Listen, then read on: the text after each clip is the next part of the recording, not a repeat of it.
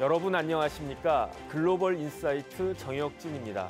한 주간의 글로벌 이슈를 몰아보는 주간 글로벌 인사이트 5월 셋째 주 글로벌 키워드입니다. 지금 만나보시죠.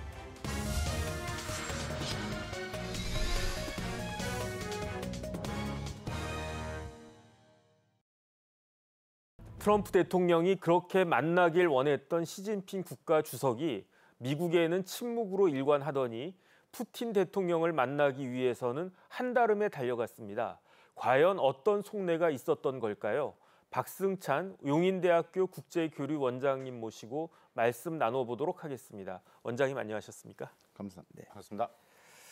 그 우크라이나 러시아 전쟁으로 취소됐던 러시아 전승절 열병식이 지난 5월 9일 3년 만에 다시 개최됐습니다. 그 화려했던 전승절 열병식 잠시 함께 보시고 말씀 나눠보도록 하겠습니다. 네, 원장님 저기가 어딘가요? 저희가 모스크바의 그렇죠. 붉은 광장. 붉은 광장. 네. 네네. 전승절이 5월 9일이죠? 그렇죠. 이게 원래 5월 서방 입장에서는 전승절이라는 게 이제 빅토리 데이지 않습니까? 제2차 세계대전 승전일인데 러시아에서는 이게 5월 9일에 해당됩니다. 시간이 좀 다르죠. 이게 1940년 5월 8일인데 그때 모스크바 시간으로 5월 9일 그러니까 새벽 43분 그러니까 5월 9일 날 러시아는 이제 승전일이 되는 것들. 네네. 그래서 지금 보시다시피 붉은 광장에서 군사 퍼레이드를 하는 것들이 이제 계속 진행해 왔던 거고요. 이제 95년도부터 시작했고 이게 러시아 러우 전쟁으로 인해서 2023년, 24년 이때 안보상 이후로 취소가 됐었죠. 네. 혹시 교수 원장님 저기 붉은 광장 가보신 적 있으십니까? 저는 못 가봤습니다. 아, 저도 못 가봤는데. 네네. 지금 보시다시피 지금 아까 지금 탱크도 나오는데 이번에 지금 29개 정상이나 지금 외교사절단이 참석을 했는데 네네. 말씀하셨다 시진핑 주석뿐만 아니라 지금 브라질 룰라 대통령, 그다음 세르비아 총리도 갔고요. 베네수엘라 마두로 대통령도 참석했고 많이 갔죠. 특히 이게 슬로바키아 이 피초 총리 같은 경우는 이후에서는 불참을 다 해라고 했는데 네네. 그걸 이제 듣지 않고 바로 간 거죠. 네네. 간 거고 또 이번에 이제 보면 열병식 아까 지금 보시다시피 했는데 이번에 이제 뭐 중국뿐만 아니라 벨라루스, 아제르바이잔 이 13국의 군도 참여를 했습니다. 네네. 그래서 여러 가지 했지만 그 의미가 있다라고 이제 보여지고 이제 큰 행사죠. 그래서 이번에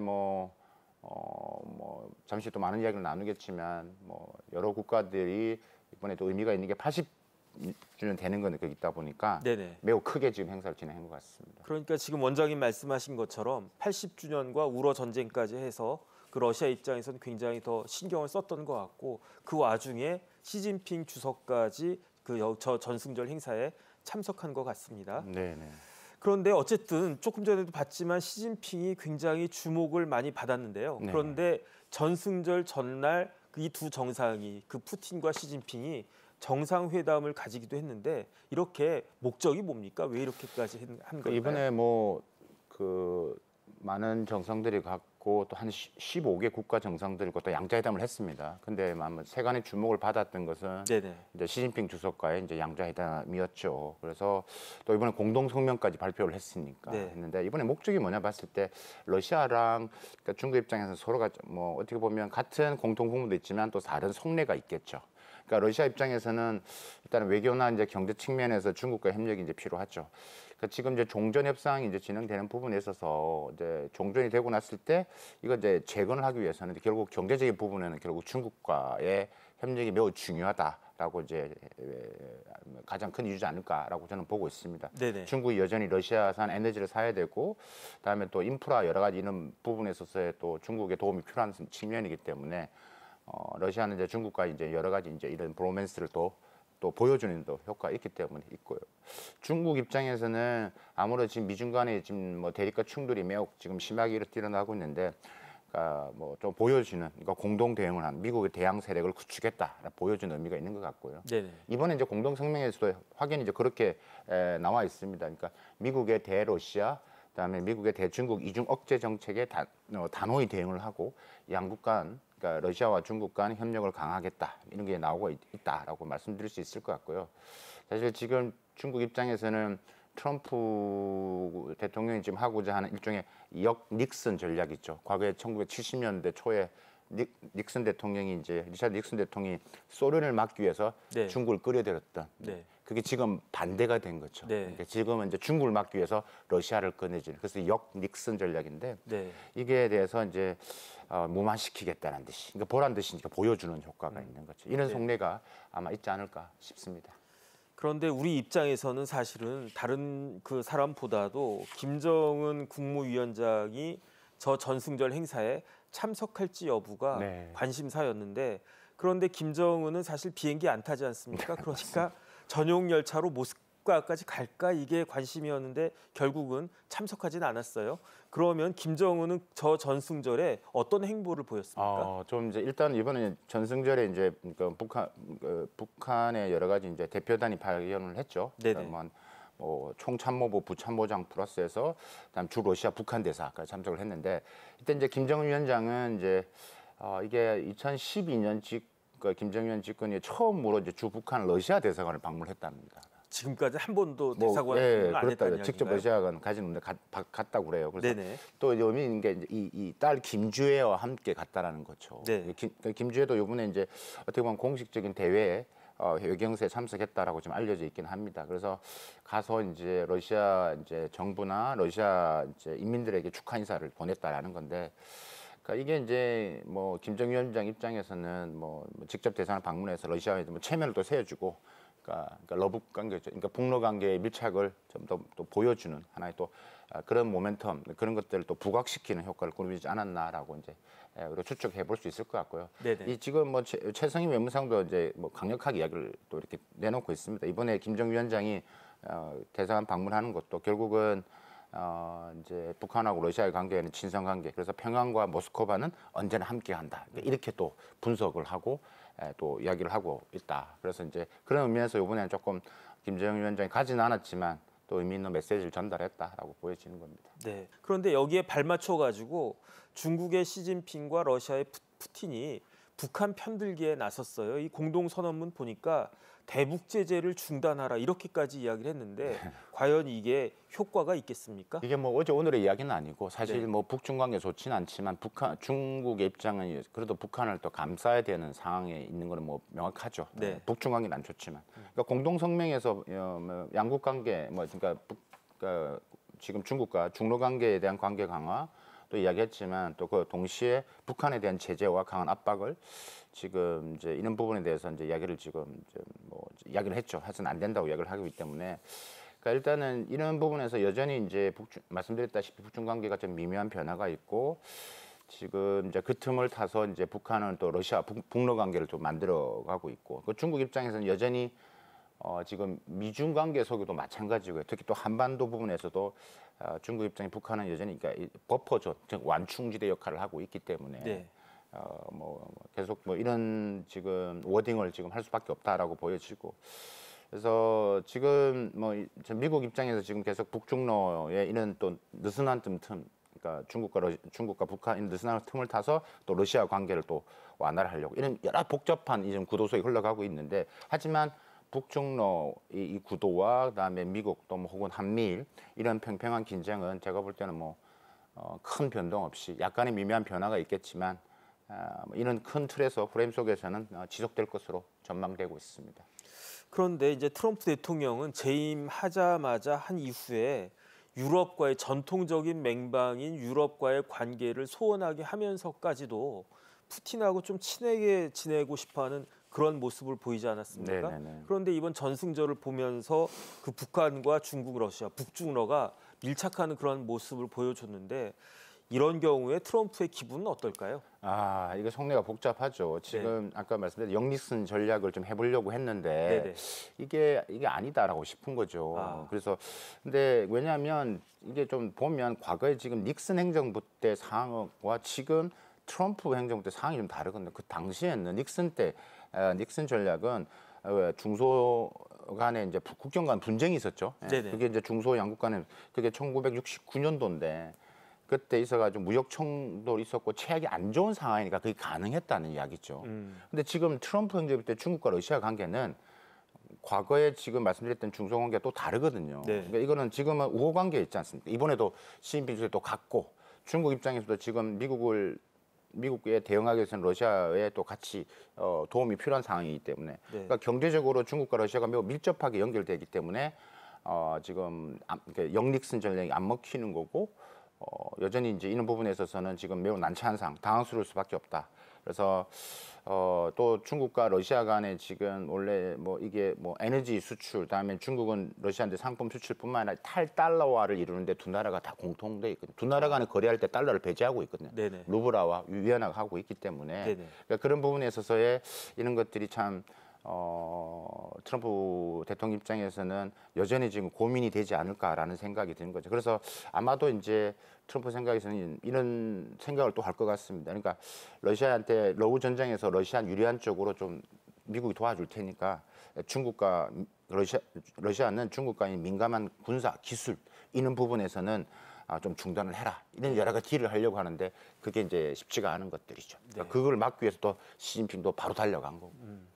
그러니까 닉슨 때와는 국제 정세 자체가 다르다 맞습니다. 이렇게 볼 수밖에 없는데 그렇다라고 하면 트럼프의 친러 노선이 앞으로 변경이 있을 수도 있겠습니다. 이게 좀 감지가 되는 것 같습니다. 그게 이제 제가 이제 외신 보도를 좀 보면 트럼프 대통령이 이런 말을 했더라고요.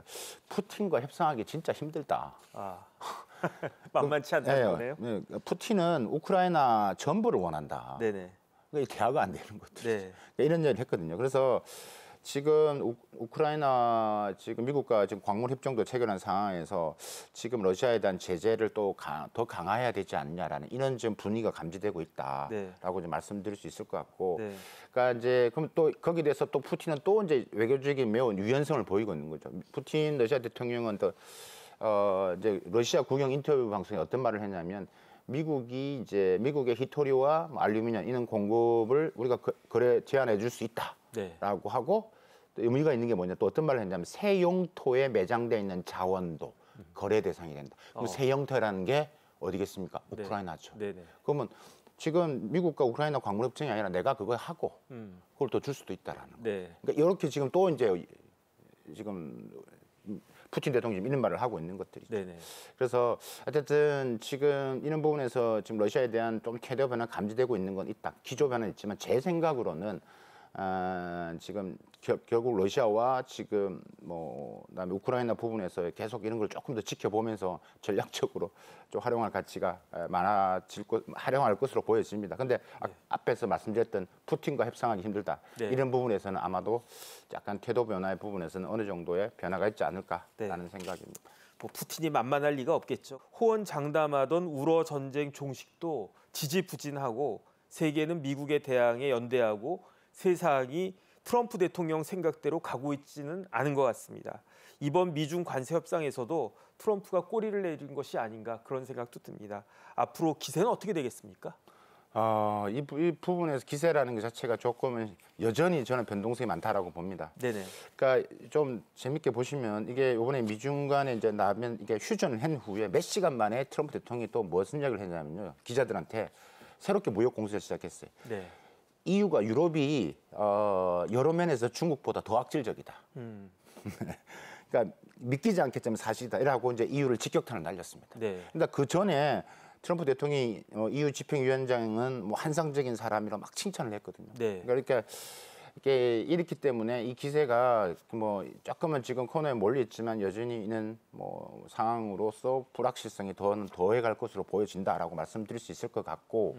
지금 미국이 지금 여러 나라 뭐 전 세계적으로 관세를 했던 것도 뭐 무역 적자를 줄이는 것도 있지만 또 하나가 뭐냐면 이 중국이 제3국을 통해서 우회 수출을 해서 미국에 들어오는 것을 막겠다라는 것들이. 근데 그런 게 있기 때문에 이런 부분에 있어서의 트럼프의 이런 뭐 폭주 부분들은 앞으로 저는 뭐 형식과 방식만 다를 뿐이지 계속 될 것으로 보여진다라고 말씀드릴 수 있을 것 같고 이번에 90일 동안 미중 간 관세 부분에 유예를 했지만 또 얼마 안 있다가 아마 트럼프 대통령이 중국에 대해서 또 다른 수출 통제나 또 나올 겁니다. 그럼 사람들은 합의했다면서 이렇게 볼 수 있거든요. 합의가 아니고 뭐라고요? 휴전을 한 거고 서로가 안 친들기 때문에. 근데 관세와 수출 통제는 또 다른 이야기다라는 거죠. 그러니까 대중국 제재 부분들은 계속 가고 있다. 그런 측면에서 우리가 이런 변동성을 계속 좀 긴장감 있게 계속 좀 팔로우업을 해야 될 것 같습니다. 지금까지 도움 말씀에 박승찬 용인대학교 국제교류 원장님이셨습니다. 원장님 감사합니다. 감사합니다.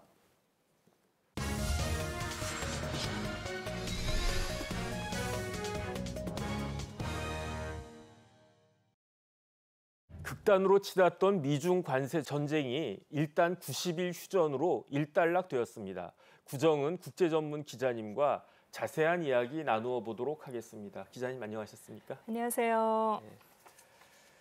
양국이 서로한테 관세를 부과했다가 똑같이 낮추기로 합의했는데 그 퍼센트가 그 115%나 된단 말이에요. 예상보다 빠른 시일에 예상보다 큰 폭의 인하인데 구체적인 합의 내용은 어떻습니까? 미국의 보복 관세, 네네. 참 뭐에 대한 보복인지 참 애매합니다만 중국의 무역 흑자에 대한 보복이라고 했었고, 그래서 엄청나게 올렸었고, 또 이제 중국도 진짜 보복으로 거기에 대해서 이제 관세 들고 맞받아쳤는데, 네. 그러니까 도널드 트럼프 미국 행정부 2기 출범한 다음에 지난 2일부터 이제 계속 되어온 관세 전쟁이었죠. 네. 네, 그랬다가 10일부터 11일 이틀 동안.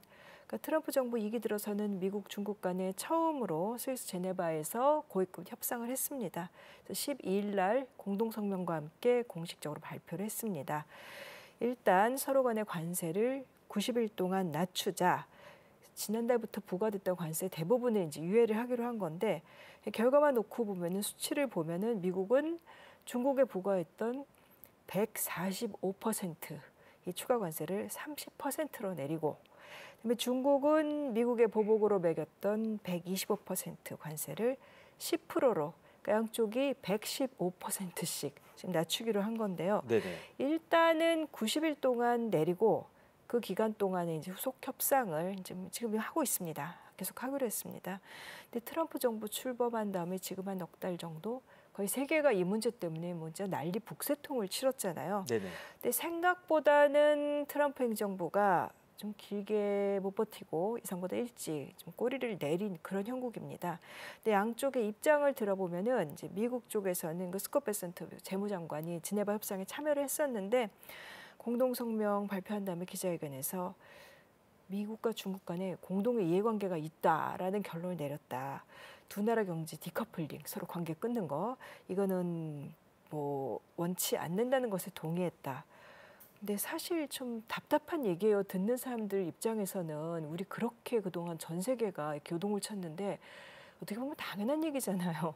서로 간에 의존하고 있는 거고 디커플링 불가능한 거고 이걸 이제야 알았는지 싶기도 하고, 중국 쪽의 반응을 보면은 중국 상무부에서 중국은 결연하게 대항해 왔다. 네. 굉장히 자신만만한 표현이기도 하고, 그래서 이번 공동성명이 양측의 평등한 대화, 이게 중요한 거겠죠. 중국이 네네. 방점 찍고 싶은. 그래서 평등한 대화와 협상을 통해서 해결하기 위한 중요한 한 걸음이었다라고 했는데, 일단 미국발, 트럼프발 경기 침체 일어날까 걱정했던 세계는 우선은 좀 안도했습니다. 좀 미국 증시, 홍콩 증시, 뭐 글로벌 증시가 다 지금 올라갔네요. 어쨌든 이번 합의에 대해서 미국도 그렇고 중국도 그렇고 정부 차원에서는 일단 뭐 만족한다 이런 그 평이 나왔어요. 그렇다라고 하면 누가 더 그 이득을 본 겁니까? 뭐 둘 다 윈윈을 한 겁니까? 아니면은 뭐 누가 조금 더 나은 그런 현상이 되겠습니까? 일단 중국 사실은 둘 다 타격을 받았죠. 네네. 이건 말 그대로 치킨 게임이었는데, 어떤 그 중국의 입장으로 보면은 중국의 그 펑페이드 아웃이라 그래서 그냥 끝까지 상대해 주겠다 이렇게 덤벼온다면 이런 우리 물러서지 않는다 이런 자세가 중국의 입장이었다고들 얘기를 해요. 사실 중국 입장에서도 수출로 먹고 사는 나라인데 이제 미국이 최대 시장인 거는 부인할 수 없는 사실이거든요. 네네. 그러니까 작년에 그 중국의 수출액 보면은 한 15% 가까이가 미국으로 갔습니다. 근데 이게 어느 정도 비중이냐면 그 다음에 이제 뭐 베트남, 한국, 일본 뭐 이런 나라들인데, 중국의 입장에서는 비중으로 보면 전부 다 전체 수출액에서 이 나라들이 차지하는 비중이 한 4%대예요. 그 다음에 뭐 이제 뭐 인도, 러시아, 독일 이런 데로 간 것들 이것도 3%대에 불과해요. 그러니까 미국 시장 비중이 중국 입장에서도 굉장히 크고 네. 그만큼 타격을 피할 수 없었고, 그래서 그러니까 미국은 말씀드린 대로 경제가 굉장히 흔들렸는데 이 중국도 보면은 뭐 이렇게 뭐 결정적인 피해를 입었다라고까지는 말할 수 없을지 모르겠지만 일단 제조업은 둔화되는 조짐이 확실하게 나타났었고 그다음에 글로벌 공급망도 타격 조짐이 있었죠. 뭐 당장 뭐 구리 같은 거 이대로 가면 6월쯤에는 뭐 타격이 입을 수 있다라는 얘기가 중국에서도 나오기 시작했었고 그다음에 중국의 이제 고질적으로 꼭 이 관세가 아니어도 중국이 안고 있는 문제 이제 일자리 문제, 청년 실업률 이런 것들이 있었고 뭐 그래서 중국 경제 성장률이 뭐 이대로라면은 올해 3% 가는 거 아니냐, 3%대. 네. 근데 이게 다른 나라는 몰라도 중국의 시진핑 정권한테는 굉장히 큰 정치적인 타격이 될 수 있는 거여서 중국도 안심할 수 없는 상황이었고 그래서 사실은 물밑에서 중국도 많이 애를 썼습니다. 네. 이렇게 품목별로 좀 관세 낮추기 위해서 미국 좀 얼르고 달래려는 말로는 큰 소리 치지만 이런 움직임들도 있었고 그래서 이번에 그래서 결국 양쪽이 이렇게 사정이 너무 급하다 보니까 90일 휴전이 나왔는데 뭐 여전히 불확실합니다. 그러니까 양국 다 뭐 우리가 다 만족한다 이렇게 이야기는 하지만 실질적으로는 양국 다 쉽지 않은 그런 상황인 것 같습니다. 그런데 이렇게 미국과 중국이 협상을 하기 전에 먼저 타결된 게 있었잖아요. 그게 미국과 영국의 협상이었는데 그 내용은 어떤 거였습니까? 그리고 왜 영국이 미국의 첫 번째 협상국이 되었었나요? 그 트럼프 행정부가 뽑았던 그 5개 우선 협상 대상국이 있었잖아요. 네네. 거기는 이제 뭐 영국, 뭐 그다음에 인도, 한국, 일본, 호주, 미국과 이제 이 나라들이 미국과 교역이 가장 많은 나라들이냐? 많은 나라도 있고 안 그런 나라도 있죠. 네. 이 협상 대상국 중에. 그럼 영국을 맨 먼저 택한 건 뭐 제일 큰 거는 전략적인 동맹이고 전통적으로 가장 가까운 나라라는 거 이런 것도 있겠지만 사실 미국 언론들이 꼽은 거는 결국은 제일 협상하기 쉬운 상대다라는 거였습니다. 아시다시피 영국은 지금 브렉시트 유럽연합에서 탈퇴한 다음에 각국하고 지금 양자 협상으로 이제 무역 협상들 다 다시 하고 있잖아요. 네. 그러니까 영국은 어떻게 보면은 제일 뭐 트럼프 정부 아니더라도 제일 궁지에 몰려 있는 영국 정부 자체가 세계 무역에서 그런 상황이었고 또 미국 입장에서 보면은 그러니까 정치적 외교적으로 정말 중요한 동맹인 거에 비해서 사실 영국이 경제적으로는 미국의 뭐 이렇게 상호 의존도가 이렇게 아주 높은 나라는 사실 아닙니다. 네. 뭐 교육 상대국 중에서 뭐 9위, 10위 뭐 이 정도니까 뭐 아시아 국가들과 비교하면은 좀 처져요, 영국이. 또 영국이 그러니까 그런 면에서 어떻게 보면은 미국 입장에서 조금 맨 먼저 리트머스처럼 협상하기 쉬운 측면이 있었고 그다음에 영국은 그 제조업 강국이 아니라는 거. 그래서 제조업 강국이 아니면서도 이제 미국산 농산물이라든가 이런 걸 조금 밀어 넣을 그런 여지가 좀 있는 나라였다는 거죠. 그러니까 영국 예를 들면 뭐 자동차를 일부 생산하기는 하고 뭐 롤스로이스 엔진 회사 이런 게 있긴 하지만 사실 우리 영국 자동차 생산국으로 꼽지는 않잖아요.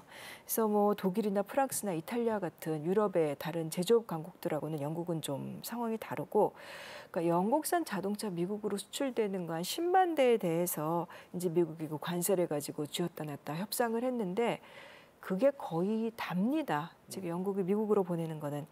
그래서 그거를 뭐 관세를 미국이 낮춰주는 대신에 이제 영국은 뭐 농축산물이라든가 기계류라든가 에탄올이라든가 이런 걸 미국에 좀 시장을 열어주기로 했거든요. 근데 뭐 저런 식이에요. 서로 많이 맞바꿨어요. 롤스로이스 그 항공기 엔진 이거 미국에 수출할 때 미국이 관세 깎아주는 대신에 그러면 뭐 그 엔진 많이 쓰는 그러면은 영국은 이제 뭐 보잉사 항공기를 그다음에 수입한다 사주기로 한다든가 이런 식으로 했는데 그래서 영국이라는 나라가 갖고 있는 특성도 있고 그다음에 아무래도 저거겠죠. 제일 큰 거는 이제 유럽 연합하고 결국은 상대를 해야 되는데 중국이 세게 나오면서 유럽 연합도 조금 우리도 물러서지 말아야겠다. 이런 흐름이었잖아요. 네네.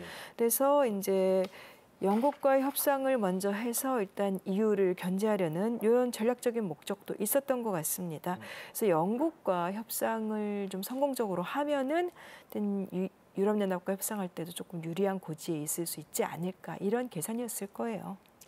그러니까 그 기세 등등에 했던 그 관세 전쟁이 영국, 중국을 거치면서 이제 상당히 완화가 되고 있는 것 같습니다.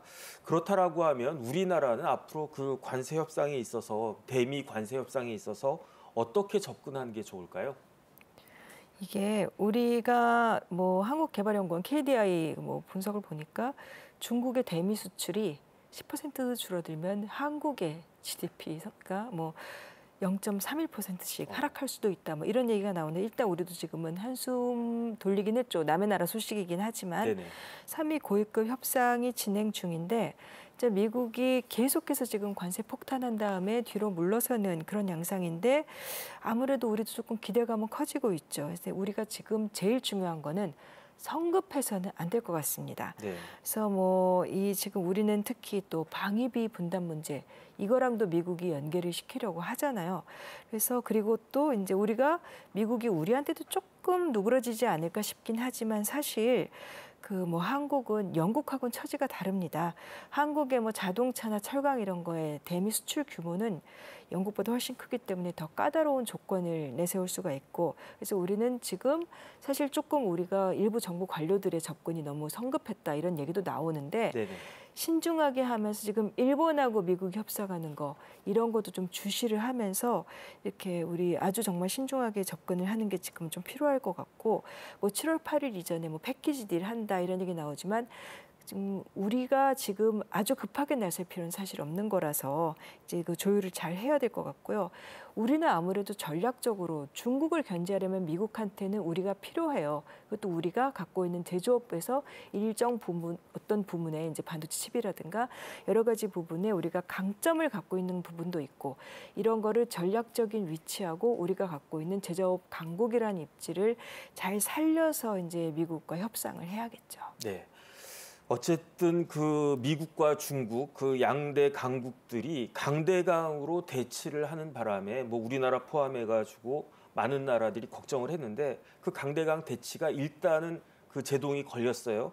하지만 이거는 어디까지나 일시정지잖아요. 90일이라고 하는 기간이 있는 일시중지일 뿐인데 결국 일시중지라고 하는 거는 최종 타결이 남아있다는 거 아니겠습니까? 네. 최종적으로 어떻게 되겠습니까? 지금 이번 협상에서 네. 그 미중 협상에서 서로 간에 지금 이겼다라고 하고 있긴 하지만 이게 중국이 이겼다라는 평이 더 많은 게 예를 들면 중국 같은 경우는 비관세 대응 조치, 예를 들면 히토류 수출 제한이라든가 이런 거에 대해서 중국이 그러면 어떻게 풀어주겠다 이런 내용은 하나도 들어가 있지 않았어요. 관세율만 조정을 한 거고 그다음에 문제는 결국은 미국의 무역 적자인데 그거에 대해서 중국이 어떻게 풀겠다. 어떻게 해서 미국한테 좀 적자를 줄여줄게.